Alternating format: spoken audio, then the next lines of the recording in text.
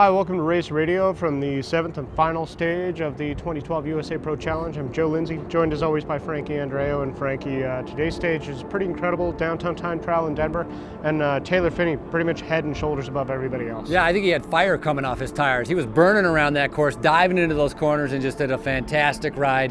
And of course, then the showdown after that was between Christian, Levi, TJ. What the heck was going to happen? And, a fantastic ride by all those guys. Levi not having the ride I think that he wanted to.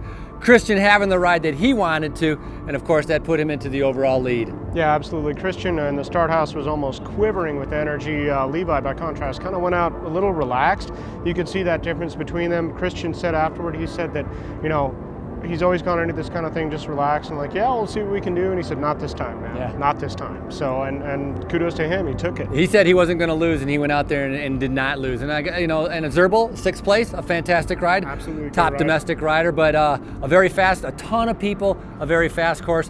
But overall, Christian took the lead. And in the beginning, Garmin was sharp, but they were attacking kind of. It was kind of cuckoo, how aggressive they were doing, kind of different. Mm-hmm. And in the end, it all worked out in their favor. And at the same time, if you look at what BMC did, they almost were like the workaholics of this race. And in the end, they got a little bit more tired, they fatigued, and they didn't really have the fresh legs that Levi and Van de Velde had at the end. Yeah, exactly. And I think, Garmin's tactics combined with the course produced one of the most exciting week-long stage races that I've seen probably in memory. I mean, you had, going into yesterday's stage, the Hilltop finish in Boulder, you still had two guys tied on overall time after 5 stages of racing. That's pretty incredible. You had new leaders, six different race leaders of this race. Yeah. It was every day, it was somebody different. So that was absolutely... And not only for the leaders, it's for the other jerseys too. The KOM, the green. Tyler Farah won in the beginning. TJ won the second stage, and then Danielson. I think that was the most exciting stage of them all. Absolutely. And then Tyler won in Colorado Springs.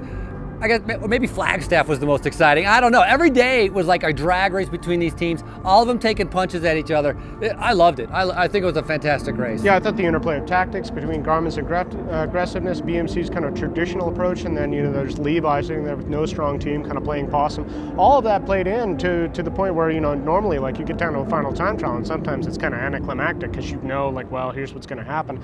And here, I think a lot of us had a feeling that Levi was going to pull it out, but he didn't. And so it was exciting right up until the end. It was seconds all the way down to the end, and they designed the course that way, and it worked out really good. Not having time bonuses, that's what made the difference. Otherwise, the gaps would have been a lot bigger. So overall, I thought it was a fantastic race, and the domestic peloton that were here, they got beat up on pretty good, because it was a little bit different. They're used to trying to get into the break to get those jerseys, but all the Pro Tour teams were doing the exact same thing. They were trying to get into the break, and we saw massive groups go up the road. Huge. And massive chases from behind. But in the end, Van de Velde, a well-deserved victory. Of course, he helped Ryder win the Giro, second at Utah, now number 1. Yeah, absolutely. So congrats to Christian Van de Velde and Garmin and pretty much everybody else at the race, Jens Vogt, all kinds of guys. It was a very exciting race here, and that pretty much wraps it up for us. So that's Race Radio. I'm Joe Lindsay. This is Frankie.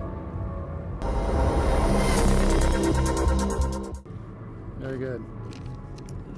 You got taller, eye to eye. I'm not talking to a shadow anymore.